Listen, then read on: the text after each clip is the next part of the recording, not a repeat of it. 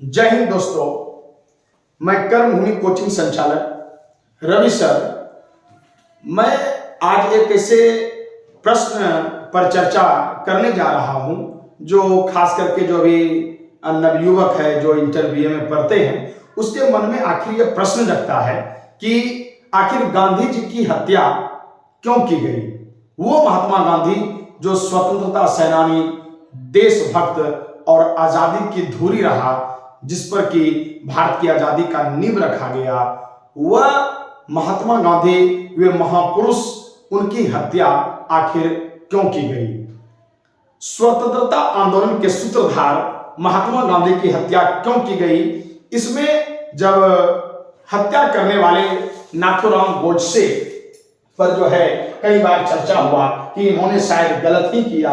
ऐसे भी किसी भी व्यक्ति का हत्या करना जो है गलत ही है, लेकिन नाथूराम गोडसे ने जब महात्मा गांधी जी की हत्या किया तो उसने जो है स्वयं कुछ अपने विचार, मैंने गांधी को क्यों मारा, उसमें जो है व्यक्त किए हैं। और नाथूराम गोडसे के बयान पर मुंबई हाई कोर्ट ने जो किताब लिखा है तो उस पर तो प्रतिबंध लगा दिया, लेकिन उसकी भावना आखिर क्या रही। और वे एक प्रतिबद्ध व्यक्ति भी थे, वो पत्रकार भी थे, लेकिन उतने पढ़े लिखे होने के बाद भी गांधी जी की हत्या क्यों किए, उसके बारे में उनका मानना है कि जब भारत देश में ये विभाजन का रूपरेखा खींचा जा रहा था तो निश्चित तौर पर ये जो पाकिस्तान का जो क्षेत्र था उस समय यह पाकिस्तान दो भागों में बटा हुआ था। एक तो ये जो एरिया था वह पश्चिमी पाकिस्तान का एरिया था, ये पश्चिमी पाकिस्तान का एरिया था,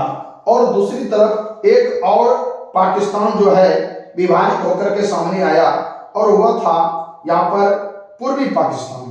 तो एक तो पूर्वी पाकिस्तान जो कि अभी बांग्लादेश कहलाता है, और एक है पश्चिमी पाकिस्तान जो कि अभी वर्तमान पाकिस्तान कहलाता है। एक तरफ ये पाकिस्तान और एक तरफ ये पाकिस्तान, पश्चिमी पाकिस्तान और पूर्वी पाकिस्तान। तो पश्चिमी पाकिस्तान और पूर्वी पाकिस्तान के बीच में आने जाने का कोई संशोधित रास्ता था नहीं। ऐसा कहा जाता है कि मोहम्मद अली जिन्ना यह चाहते थे कि गांधी जी भारत के बीचों बीच यहाँ एक चौड़ी और लंबी एक रास्ता पश्चिमी पाकिस्तान से पूर्वी पाकिस्तान पहुंचने के लिए एक रास्ता हमें 22 किलोमीटर चौड़ा दे दे। अब इतना बड़े चौड़े रास्ता देने से निश्चित तौर पर भारत का विभाजन हो जाता। एक पश्चिम और पूर्व में तो विभाजन था ही, लेकिन उत्तर और दक्षिण में भी विभाजन हो जाता और ना जाने भारत के कितने टुकड़े हो जाते।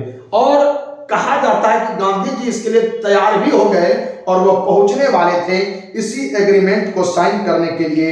यह बात बहुत सारे लोगों को बेहतर नहीं लगा और उसमें जो है एक व्यक्ति हुआ करते थे नाथूराम गोडसे, और जिसने कि गांधी जी को उसका उत्तरदायी माना कि गांधी जी अब यह अच्छी बात नहीं है, और उसने जाकर के गांधी जी की हत्या कर दिया। तो जब गांधी जी की हत्या किया तो उसकी भावना आखिर क्या रहा वो आपको हम इस कविता के माध्यम से समझाते हैं।